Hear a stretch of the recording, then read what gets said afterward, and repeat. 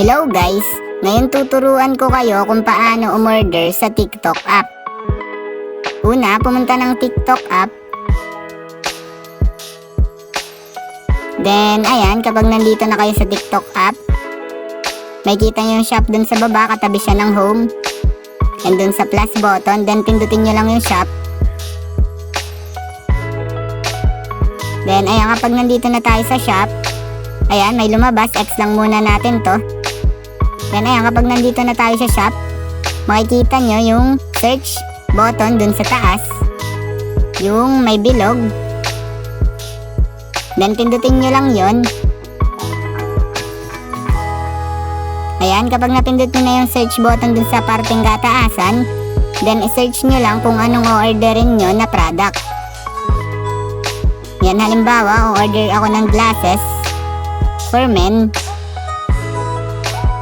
Ayan, then search nyo lang dito, i-type nyo yung glasses for men, kung ano man ang orderin nyo. Then, kapag na-type nyo na, then search nyo. Pindutin nyo lang yung search. Wait lang natin. Then, ayan, madami nang lumabas na product. Mamimili na lang kayo, scroll down nyo lang. Yan, mamili na kayo dito ng kung anong product ang gusto nyong bilhin. Ayan, madami naman dito kayong papamilian kapag bibili kayo ng mga product dito sa TikTok. Then ayan, magta-try tayo ng isa. Itong kaunahan, pipindutin ko lang tong glasses for men. Ayan, photochromic sunglasses. Then kapag napindut nyo na yung product, makikita nyo naman yung add to cart sa tabi ng buy with coupon. Katabi siya nun, mababasa nyo naman sa parting kababaan yung add to cart. Then pindutin nyo yung add to cart. Ayan, kapag napindut nyo na, may variants dito sa kulay, gold at silver. Ayan, gold. Then ito yung silver. Then ang bibiling ko ay gold, kaya pinindut ko yung gold. Ayan, tas sa quantity naman, isa lang. Ayan, pumunta na siya dun sa cart. Added to cart na daw. Then X lang natin to. Then ayan, kung mapapansin nyo sa taas, yung cart na may sulat na number 6, ayun, yun yung pipindutin nyo. Then ayan, napindut na natin. Andito na tayo sa shipping cart.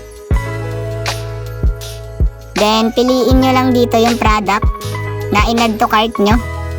Then ayan, napindut na natin yung ating product na binili kanina. Then kung mapapansin yun sa baba, may nakasulat na checkout sa parting kanan. Pindutin nyo lang yung checkout.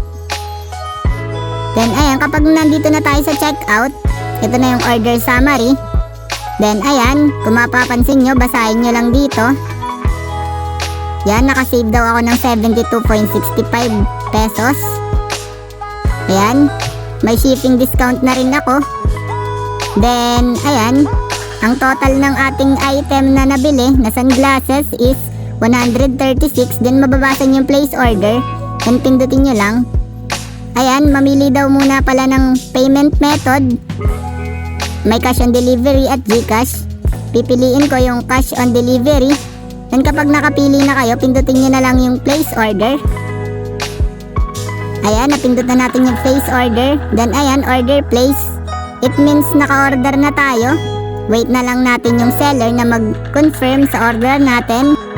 Then ayan, marireceive na rin natin yung product after ilang days. Kayong ganun lang kadali umorder dito sa TikTok shop. Ayun lang, thanks for watching. Subscribe me for more videos like this. Thank you.